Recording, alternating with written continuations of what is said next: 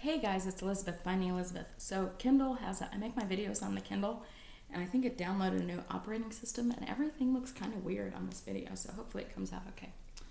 How are you guys? Sorry I missed making my video last night. I missed a Monday. That doesn't happen very often. But I got home from therapy, and I got on a hangout with Amy and Lorraine, and I don't know, just got preoccupied with that. When I was done, I thought, yeah, probably not a good idea to make a video tonight. So I waited till today. Really, because I wanted to spend my last night in my 40s with you guys. So this is my, what is it? My week 98 post-op vertical sleeve gastrectomy update. In January of 2014, I was at my highest weight, which was 402 pounds. I had surgery on April 14th, 2014. I weighed 360.6 pounds. Last week, I weighed 199.2 pounds. Yeah, Wonderland, not there anymore. And yesterday, I weighed 202.8. So that was up 3.5 pounds since last week. I don't know. I'm not calling Wonderland again until I'm there for at least 4 weeks. I think that's safe to say. If I stay there for 4 weeks, then I'm there. But anyway, so that is like a total of almost 200 pounds off since my highest weight, 22 pounds in the last year and 4 pounds in the last month. So not feeling so great about this. I didn't eat necessarily, oops, I dropped my glasses. I didn't eat horribly last week. Have you guys seen my dog, Cinnamon? She's over here. Do you want to say hi to her? Cinnamon, say hello. Okay. Anyway, I didn't do horribly, but I did slip into some habits that I hadn't done. I ate some things that I hadn't eaten in probably since surgery. All in the carb family. So one, I had not a great week last week for a variety of reasons, and I think I've just been having mood swings in general. I went to San Diego on Wednesday for my boyfriend's birthday, and I started not feeling well there, and I left early to come home and just really felt like crap. And then the next day I had some not so great things happen work-wise, and my refrigerator broke. And you need a refrigerator, and it's still not fixed. I think it's going to get fixed right before Lindsay gets here. They're coming back at 4 o'clock tomorrow. So I was just really grumpy for like a long time for me. Usually I'm a pretty happy and optimistic person, but I was grumpy, I think, from Wednesday night really until last night, until I went to therapy yesterday and hung out with Lorraine and Amy last night. Feeling a little bit better today. But anyway, I'm not feeling great about these habits, and I responded to my kind of down grumpiness with eating carbs. Stop it, dog. And one of the things I did was I bought oatmeal raisin cookies, which used to be my thing, was something I hadn't eaten in forever. And I didn't just buy one, which generally, if I'm going to eat something sweet, I'll buy one, or I'll buy a small little thing of ice cream or whatever. Because I don't think anything's necessarily bad. I just think you need to do it in moderation. And this dog is driving me crazy, scratching her ears. Stop it, you silly puppy. Anyway, so oatmeal raisin cookies, bought a whole box of 18 from the grocery store. Most of them are still in the cabinet. I'm going to actually throw them away tonight when I go take Cinnamon out for her walk. The other thing I did, which I may have had an oatmeal raisin cookie in this last 2 years, I don't remember, but one of my things pre-op was Starbucks blueberry scones. And where I moved to is very close to where I used to live during the time that I I probably went from 330 to 400 pounds. Is not that far from here. And there is a drive-through Starbucks near here that I used to go to multiple times a day for, mochas and caramel macchiatos and eggnog lattes and pumpkin spice lattes and blueberry scones, sometimes multiple times a day. So I've gone back through that drive-through a couple times since I've been here, and it's a little freaky. Well, I went through there yesterday morning, and guess what I got? A blueberry scone, and guess what? I ate the whole fucking thing. Yeah. Not good. So I need to get a handle on that. I know my eating and exercise is not going to be perfect over the next couple of weeks because Lindsay's coming tomorrow. It's my birthday. We're going to Chicago next week. I do actually tend to eat better when I'm around weight loss surgery patients because I feel like everybody's watching me, which is probably not a good thing. Not that they're watching me, but that I feel like I have to do better because they're watching me. But anyway, so this is what I'm going to commit to starting tomorrow morning, which is just tracking. I haven't tracked in a while. I haven't tracked in a couple of months. So I don't really know how many calories I'm getting in. I don't think it's a huge amount of calories, but what I do know is I'm not getting in enough protein. And my restriction has been super weird lately. I have probably every night for the last, or every day for the last 4 or 5 days actually thrown up. And I'm not eating that much more. I've been eating a lot of soup or chili or whatever because my refrigerator's broken, so I go to the grocery store and get a thing of soup. And, you know, I'm not eating, well, sometimes, the very first time I got it, I ate a real lot. But, I mean, like half a bowl of chili and I'm throwing up. So, I don't know what's going on with that. But, yeah. And the other thing is, Melly May made a video yesterday and she talked about sometimes she feels great and has this huge amount of confidence, and other times she feels like that 300-pound girl. I can super relate to that, and I don't know what it is because I am very close. I mean, last week I was my lowest weight in like a million years. 202, I'm like close to my lowest weight. But I am feeling really, really not good about how I look. And I think part of that is, I think there's 2 things that have to do. I think there's 3 things that have to do with that. Some of them I've talked about before. One was having a plastic surgery consult and seeing, you know, like the difference that plastic surgery has made with Patty, and really wanting it, but being afraid and not having the money and thinking, oh my God, imagine how you would look if you had plastic surgery.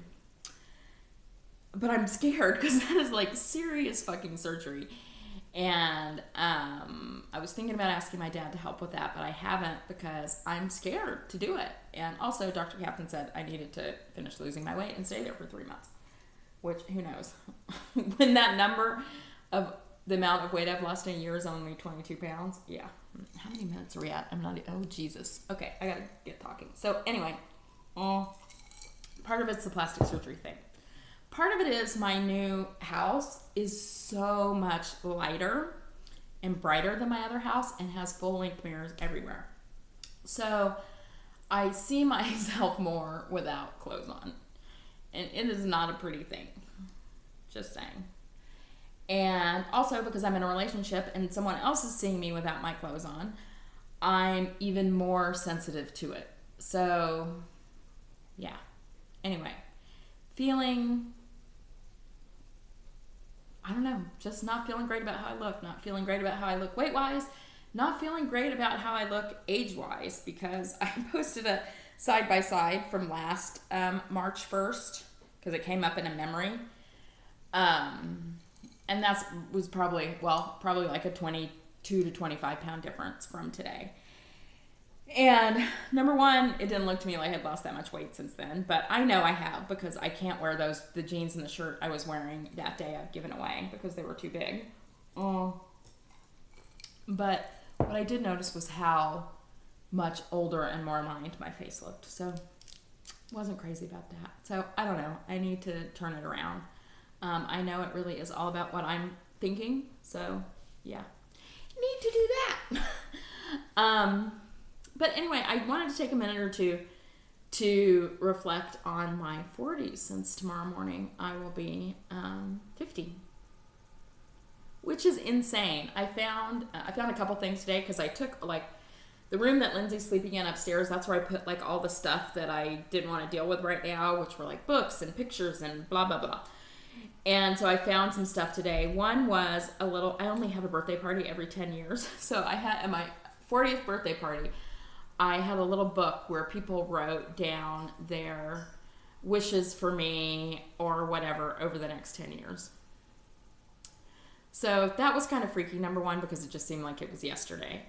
But I mean, in the big picture, I was telling a friend today, I took a picture of the page that she had written, and she had made these 5 predictions, of which only the first one and the last one had actually happened. And I was telling her that, if I had only known how happy I would be on the eve of my 50th birthday, even with grumpiness and work issues and whatever going on, I would have been in a much better mood when I was 40. Yeah. Because I couldn't have even pictured what I have now. So that's all good. Thing that's not so good is, number one, those 10 years flew by. My son was 10. He's almost 20. I don't know how that happened. The difference between a 10-year-old and a 20-year-old is huge. But one of the other things I found today was a journal from 2002. So what is that? 14 years ago. Well, in the journal, I was talking about going to Weight Watchers. I was talking about losing weight. And I was talking about emotional stuff that I swear to fucking God, I talked to my therapist about 2 weeks ago. This one specific thing that I wrote in that journal was something I said to my therapist last week and said, I don't understand. Why do I do this? Why am I still fucking with the same things that I was 10 years ago emotionally in my life? I don't know. But anyway, I'm a little freaked out about turning 50 because I don't feel like I'm 50. But overall, I'm happier than I've ever been. I'm more fit than I've ever been. Life is better than it's ever been. So, what can be wrong with that? But I did want to just put in the video a couple of wishes that I have for myself over the next few years. And of course, I didn't write things down like get to goal, which maybe that'll happen one day, have plastic surgery. I didn't put stuff like that. I was talking more about like general life stuff. So these are the things that I wish for myself in the next year and beyond. Number 1, that I have the confidence to be myself. I've gotten so much better than that with most people. I have a group of friends that I feel like I can truly be myself with. And I feel like I can do that with my family as well. It's a little harder for me in romantic relationships. That's an area that I struggle with. But I'm working on it. Being myself. Yeah. For a lot of people, that comes really naturally. But for me, it hasn't always. I am much more myself now than I've ever been. Oh, somebody's texting me. Anyway, that I allow myself to be cherished and that I ask for what I need in relationships. That love, joy, and passion are a daily part of my life. Where's the next page? I made these notes in really big writing. I guess then I don't have to wear my glasses when I'm reading them. That I'm not afraid to walk away from things that aren't right to me. That aren't right for me. I tend to be a hanger-on to friendships and relationships, even when I may have an inkling that they're not the right thing for me. So I hope that, moving forward, I'm not afraid to do that. I'm not afraid to walk away from something that might not be the right thing for me. That fitness remains an important part of my life forever. I would have never thought that I would be the athlete. And I consider myself athletic. I never in a million years would imagine this. And I want that part of my life forever. That I continue to enjoy my family and friends, and that I grow my career into areas that I'm most passionate about, part of which is weight loss, the weight loss surgery area. Okay, so that's what I'm hoping for this year and beyond. I cannot thank all of you guys enough. You so lift me up. The people, when I'm down, the people that I know who are my friends, and the people that I don't know, or who I know just through Facebook.